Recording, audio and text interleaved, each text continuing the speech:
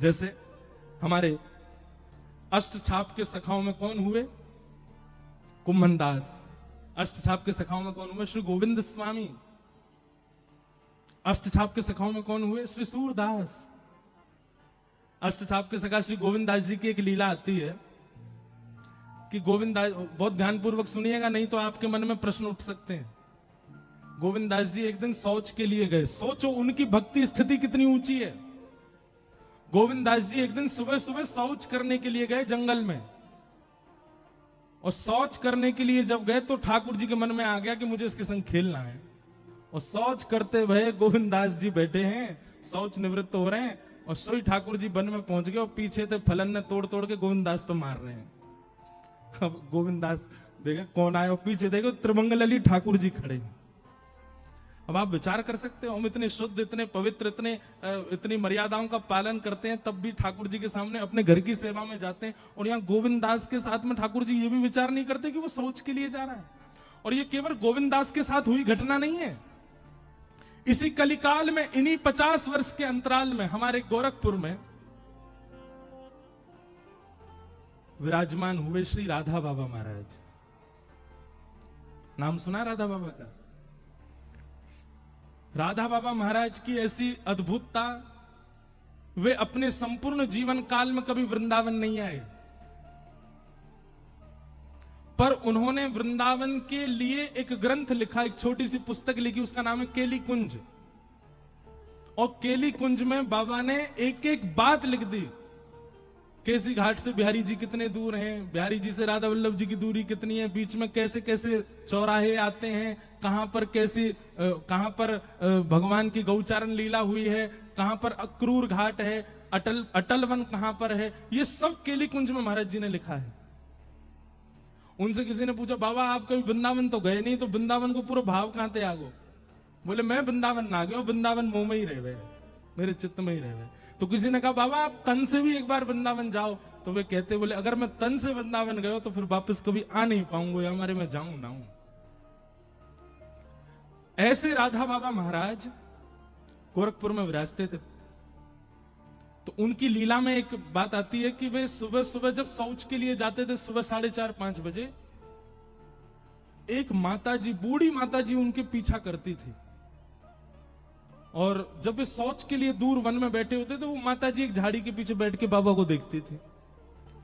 तो बाबा के किसी शिष्य परिकर ने ये देख लिया। उसने माताजी को पकड़ के कहा, बोले हे मैया सुनो, हम सब जानते हैं तुम सुबह सुबह जाती हो बाबा के पीछे, है शौच के समय तो कम से कम ये सब नहीं करना चाहिए आपको। संत महापुरुष हैं बेचारे, पूरे दिन दर्शन देते हैं, दुनिया भर के लोग दर्शन करने आते हैं, पूरे दिन दर्शन किया करो, आप सुबह सुबह क्यों जाती हो उनके पीछे? तो माताजी के नेत्र सजल हो गए। वो बोले मैं बाबा के पीछे नहीं जाती। तो बोले बाबा जब सुबह सुबह शौच के लिए जाते हैं ना, तब इनके पीछे नन्हों से सांवरा सलोनों से एक बालक जावे, और वो बाबा के सामने ही बैठो रहे। वो पूरे दिन नहीं रहता, वो सुबह सुबह जब ये शौच के लिए जाते हैं तभी आता है। मैं तो उस बालक को देखने जाती हूँ। और बाबा जब शौच में बैठे होते हैं ना, तो इन दोनों की आपस में चर्चा चलती है, बड़े ठहाके मार मार के दोनों हंसते हैं। मैं तो वो देखने जाती हूँ। मतलब आप विचार कर रहे हैं, भक्तों की वो स्थिति जिसको हम परम अपवित्र मानते हैं, उस स्थिति में भी भक्त चले जाते हैं, तो ठाकुर जी वहां भी आ रहे हैं उनके पास। तो ऐसी स्थितियों में ऐसे भक्तों के भाव देखने के लिए, उनका अनुकरण करने के लिए ठाकुर जी, यही कर्म है ठाकुर जी का।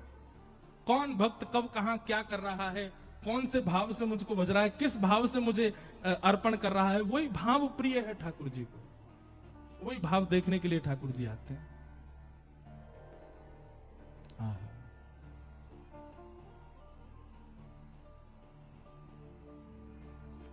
किम कर्म के अवतारश्च, भगवान के अवतार कितने हैं?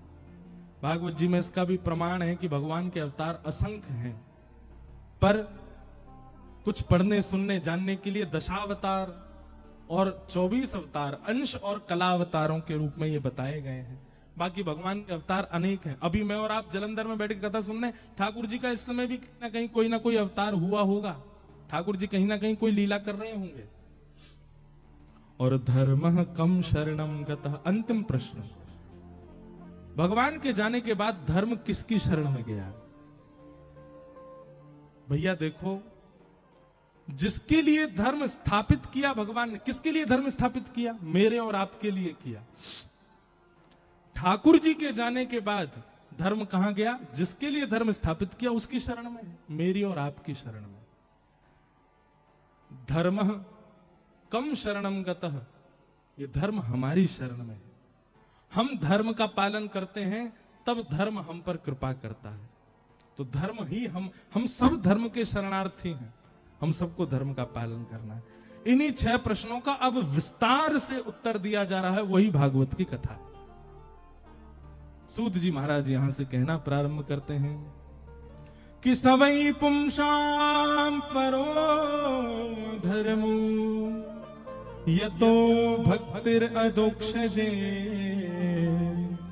अहैतुक्य प्रतिहता ययात्मा संप्रसेदति। सवै पुंसाम परो धर्मो यतो भक्तिर अदोक्षजे।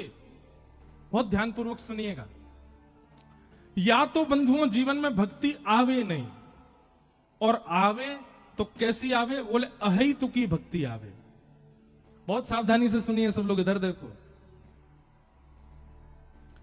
या तो भक्ति आनी नहीं चाहिए, और आवे तो कैसी आवे? अहैतुकी आवे। अहैतुकी किसे कहते हैं? चाहे कुछ हो जाए उस स्थिति से ना विच्छिन्न होने वाली भक्ति को अहैतुकी भक्ति कहते हैं। आप लोग ये बात तो भूल ही जाइए कि आपके जीवन में यदि भक्ति आएगी तो कोई कष्ट नहीं आएगा, संकट नहीं आएगा, बल्कि मैं तो ये बात कह दूं तो सामान्य स्थिति से ज्यादा आएगा। आप सामान्य जीवन जीते थे तो सामान्य जीवन में जितना कष्ट, जितना संकट आपके जीवन में था ना, उससे 1% ज्यादा आएगा भक्ति मार्ग में आने के बाद। और क्यों आएगा इसका भी प्रमाण है। सुनो, हम आप सब लोगों का जीवन प्रारब्ध पर निर्भर होता है। अपने पूर्व के कर्मों को ही हम सब भोग रहे होते हैं।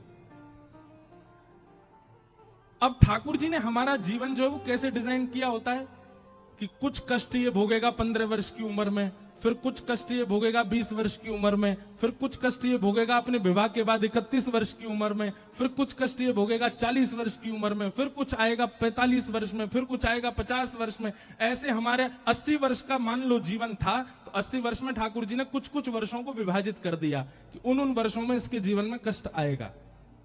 लेकिन कई बार ठाकुर जी क्या करते हैं, हमारे प्रारब्ध के कष्ट को एक जन्म में ही नहीं भुगवाते, फिर एक जन्म के बाद फिर एक और जन्म लेना पड़ता, फिर उसमें भोगने पड़ते हैं। अच्छा, फिर एक जन्म में हम आए तो थे पूर्व के प्रारब्धों को भोगने के लिए, पर इस जन्म में जो हमने कर दिया वो भी तो भोगना है। ध्यान से नहीं सुनोगे तो बाउंसर जाएगी सर के ऊपर से, इसलिए बहुत ध्यान से सुनना। मुझे एग्जाम्पल दे रहा हूं, मुझे जन्म मिला, मान लो मेरे जीवन के अमुक वर्ष भगवान ने दिए। उन अमुक वर्षों में मुझे अपने पुराना लेखा जोखा, जो मैंने कितने जन्मों में मैंने जो कुछ भी किया, वो मुझे इस जन्म में भोगना है। अब इस जन्म में मैं उनको तो भोग रहा था, पर इस जन्म के क्रियाकलाप मेरे अलग ही चल रहे थे। ठाकुर जी बोले पुराना मुड़े ही मार ले, हमें कैसे चले भैया। बोलो वृंदावन बिहारी लाल। सुनो, इसको यहीं धर जाओ, यहीं रख दो ऊपर। ये बंद होगा तो वो उठा लेंगे, तुम चालू रखना, ठीक है? ऐसे मत रखो यार, बहुत अजीब लगेगा। यूं रख दो बस, ये चल रहा है। बोलो वृंदावन। आवाज आ रही है? नहीं, बढ़ा दियो भैया। आज स्वास्थ्य ठीक हुआ तो माइक खराब हो गया। क्या बता रहा था मैं तो भूल ही गया। अरे बताओ, कोई तो बताओ, कहां था मैं? हाँ, प्रारब्ध। मान लीजिए कि मुझे अमुक वर्ष का जीवन मिला, और उस अमुक वर्ष के जीवन में मुझे पूर्व का भोगना था, पर इस जन्म में मैंने अलग अपनी लिस्ट और बना ली। भगवान बोले पुराना तेरा खत्म नहीं हुआ, तेने नए और बना लिए। हम हिसाब बराबर करने के लिए आए हैं संसार में, पर हमारा इस जन्म का तो हिसाब अलग ही बही खाता खुल गया हमारा। पुराना तो खत्म ही नहीं हुआ, नया और खोल लिया हमने। इसके साथ बुरा कर दिया, उसके साथ अनीति कर दी, इसके संग ये कर दिया, उसका इसका लेखा जोखा तो अलग बन गया। अब उसको भोगने के लिए फिर जन्म लेना पड़ेगा। क्या होता है फिर, व्यक्ति जब भक्ति मार्ग को अपना लेता है तो भक्ति मार्ग में उसको क्या सिखाया जाता है? किसी के साथ गलत मत करो, किसी के साथ ऐसा मत करो, गलत खाओ पियो मत, शुद्ध विचारधारा करो। भक्ति मार्ग में वो क्या करता है, इस जन्म में जो जो कर रहा था उन सबको बंद कर देता है। अब इस जन्म का बही खाता बंद हो गया क्योंकि भक्ति मार्ग में आ गया। और जब भक्ति मार्ग में वो नाम जाप करने लग जाता है, वृंदावन जाने लग जाता है, कथा सुनने लग जाता है, खूब ठाकुर जी का प्रेमी होने लग जाता है, तो ठाकुर जी को भी उससे प्रेम हो जाता है। तब ठाकुर जी कहते हैं अब ये मेरा प्रेमी हो गया, अब क्या करें, इसका बही खाता पुराना और इस जन्म का जितना भी है सब इससे अभी भुगवा लो।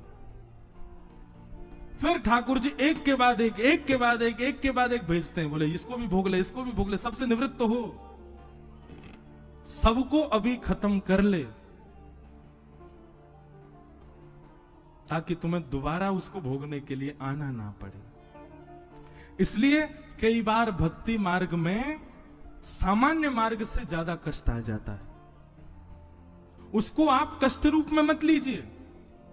और ये बात भी आप ध्यानपूर्वक सुनिएगा कि भक्ति मार्ग में आने के बाद भी यदि आपके प्रारब्ध भोग नहीं रहे हैं, कोई किसी प्रकार का मानसिक, किसी प्रकार का तन का, मन का, धन का कोई कष्ट जीवन में नहीं आ रहा, तो इसका मतलब यह है कि अभी बही खाता ठाकुर जी पूर्ण करवा नहीं रहे हैं।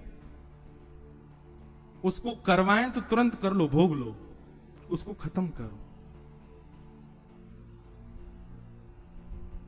लेकिन जीवन में आने वाली किसी भी प्रकार की स्थिति से व्यक्ति जब भक्ति मार्ग का त्याग कर देता, ओहो भगवान ने मेरे साथ ऐसा किया, भगवान कुछ नहीं होते, सब ये सब इन लोगों ने बना रखा है, ये सब ऐसे हैं, और नास्तिकता को अपना लेता है व्यक्ति, अपने जीवन से छोड़ देता है भक्ति मार्ग को।